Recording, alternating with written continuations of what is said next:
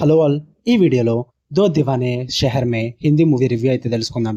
Recent గా నా Netflix లోకి అయితే స్ట్రీమింగ్ వచ్చింది. రన్ టైం అయితే 2 hours 15 minutes అయితే ఉంటుంది. తెలుగు డబ్బింగ్ లేదు, only Hindi language sub titles తో చూడొచ్చు.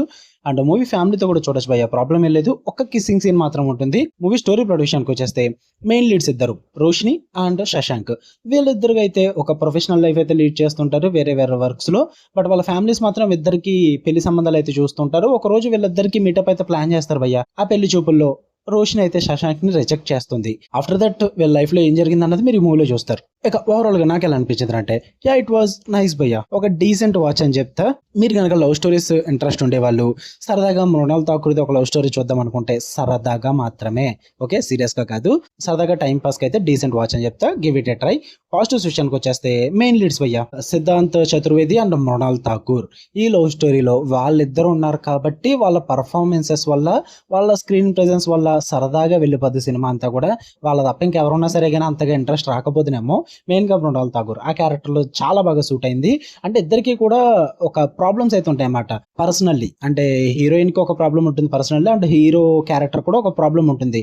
సో వాటిని సెటప్స్ కింద పెట్టుకుంటారు. వాటికి యాజ్ యూజువల్ గా ప్రెడిక్టబుల్ గా క్లైమాక్స్ లో పే ఆఫ్స్ కూడా ఇస్తారు. సో ఆ సెటప్స్ అండ్ పే ఆఫ్స్ కూడా చాలా నీట్ గా ఉంటాయి. సో అవి కూడా బాగా వర్కౌట్ అవుతాయి అనమాట. చాలా బ్యూటిఫుల్ గా ప్రెజెంట్ చేశారు. నాకు అది కూడా బాగా వర్కౌట్ అయింది. అండ్ ఎక్కడ కూడా మరి ఓవర్ డ్రామాటిక్ చేయలేదు భయ్య మూవీ. నాకు అక్కడే బాగా వర్కౌట్ అయింది. అంటే ఇలాంటి లవ్ స్టోరీస్ ఏదో పెద్ద ప్లాట్ ట్విస్ట్ పెట్టేద్దాం, మరి స్ట్రగుల్స్ తీసుకొచ్చేద్దాం, చాలా ఓవర్ డ్రామాటిక్ చేద్దాం అని చూస్తారు కానీ అంతగా ఏం చేయలేదు. జస్ట్ సింపుల్ అండ్ సెటిల్ గా వెళ్ళిపోద్ది అనమాట డ్రామా అంతా కూడా. మొత్తం మూవీ అంతా కూడా ప్రెడిక్టబుల్ గా ఉంటుంది. But apart from that it's good, nice అనిపిస్తుంది అనమాట సరదాగా చూడడానికి. ఇంకా నెగిటివ్స్ విషయానికి వచ్చేస్తే చెప్తున్నా కదా, మరీ కొత్తగా ఏదో పెద్ద లవ్ స్టోరీ చూస్తున్నా అన్న ఫీల్ అయితే ఏం రాదు. ప్రెడిక్టబుల్ గానే ఉంటుంది మూవీ స్టార్టింగ్ నుంచి ఎండింగ్ వరకు కూడా.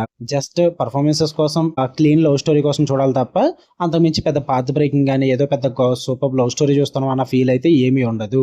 అండ్ అక్కడక్కడ డ్రామా కూడా కొంచెం బోర్ కొట్టిద్ది. ఎందుకంటే రన్ టైం 2 hours 15 minutes కదా, కొంచెం ల్యాగ్ అనిపిస్తుంది అనమాట. ఆ ల్యాగ్ పక్కన పెట్టేస్తే మూవీ అంతా కూడా నీట్ గా వెళ్ళిపోద్ది, డీసెంట్ గా కంప్లీట్ చేసుకోవచ్చు.